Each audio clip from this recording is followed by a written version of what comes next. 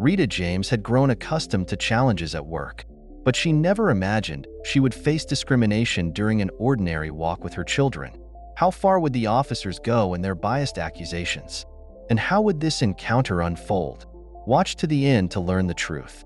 And don't forget to subscribe to our channel so you don't miss new stories.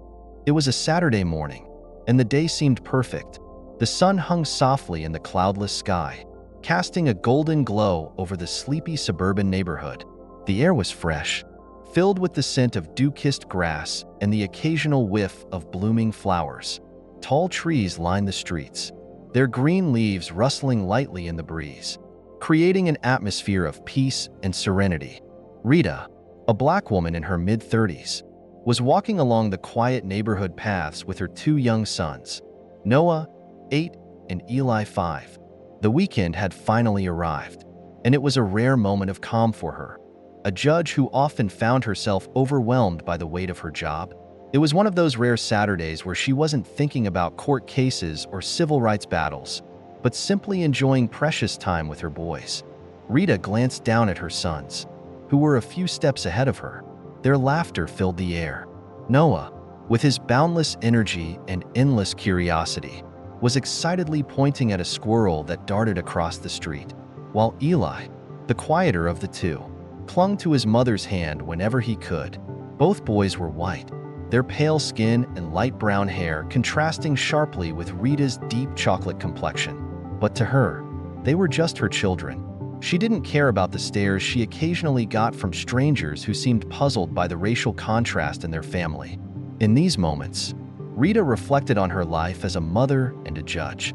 Despite the long hours in courtrooms and the constant weight of responsibility on her shoulders, these walks reminded her why she fought so hard every day.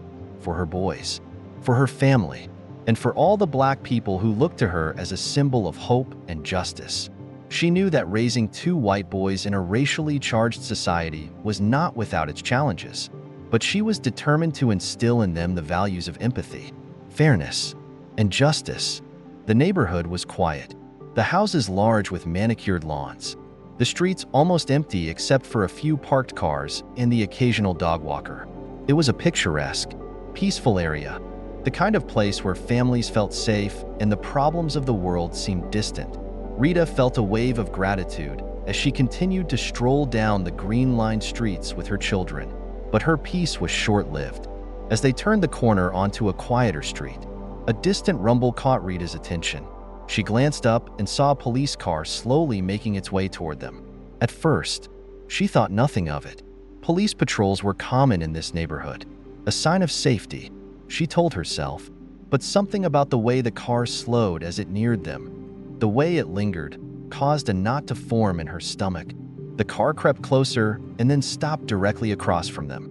Rita's heart skipped a beat. She told herself to remain calm. It was probably nothing, she thought, just a regular patrol. Perhaps the officers were looking for someone or checking the area. There was no reason for concern. Still, a familiar unease settled over her, a feeling she had come to know all too well over the years. Two officers stepped out of the vehicle.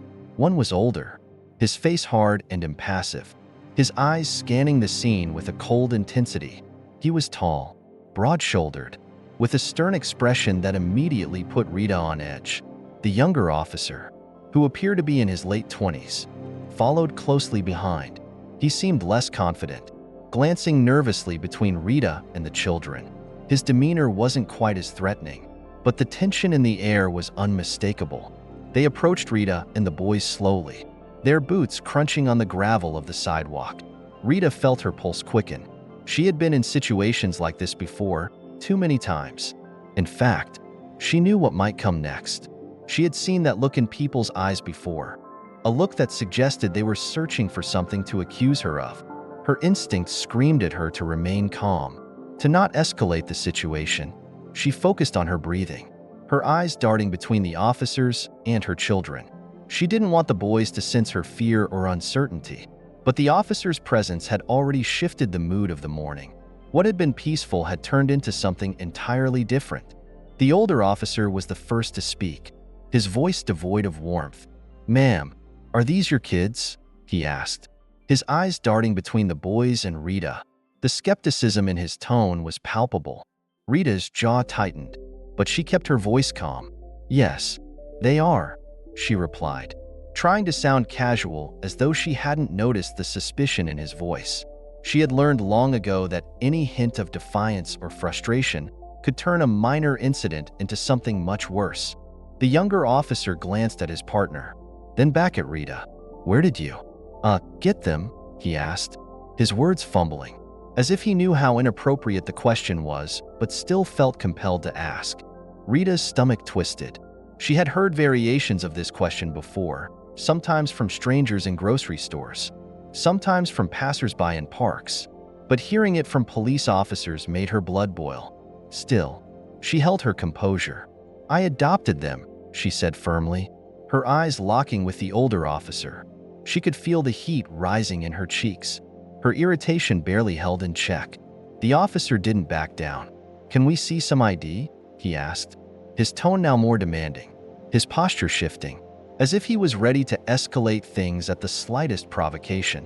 Rita knew she had every right to refuse, but she also knew what could happen if she did. She glanced down at her sons, who were now looking up at the officers with wide, confused eyes. Ben, sensing something wasn't right, gripped her hand more tightly. The last thing Rita wanted was for this situation to spiral out of control in front of her boys. She could feel the tension building in her, but she forced herself to remain calm. "Why do you need to see my ID?" she asked, trying to keep her voice steady. "We're just out for a walk." The older officer took a step closer, his eyes narrowing. "We just want to make sure everything's in order," he said. "It's our job to check. There have been some reports of suspicious activity in the area."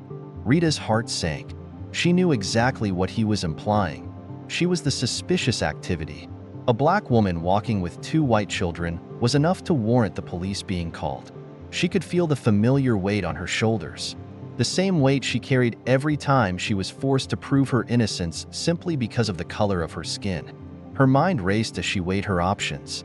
She could push back, refuse to show her ID. But what then? Would they arrest her? Would they traumatize her children even more? Rita's thoughts flashed back to countless cases she had presided over as a judge, cases where innocent people had been victimized by law enforcement. She had seen the consequences of prejudice and racial profiling, and now she was living it. The weight of the injustice threatened to break through her carefully maintained facade. She glanced down at her sons. Jake was watching the officers closely, his face scrunched in confusion. Ben, on the other hand, was starting to look frightened, his eyes filling with tears as he clung to Rita's side. Her heart ached at the thought of what this might do to them. Rita took a deep breath, steadying herself. She couldn't let her anger take over. Not here. Not now. Her sons needed her to be strong, to stay calm, but the weight of the injustice pressed down on her, threatening to break through. She made a decision. She had to stay strong for her boys, but she would not submit to their demands.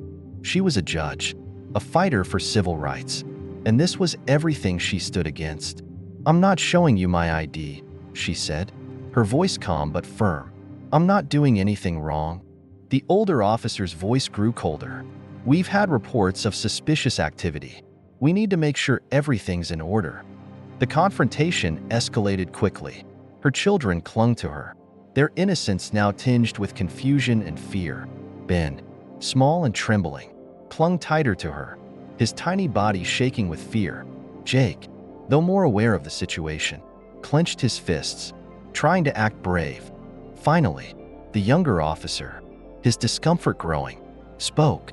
"Maybe we should just give her a minute. She's with her kids." The older officer cut him off, dismissing his partner's suggestion. "She's not cooperating. We have protocols to follow." Laura's frustration boiled over. She could see the disbelief, the suspicion, the assumption that she was in the wrong, simply because she was black and her children were white. It wasn't fair, and she wasn't going to let it go without a fight.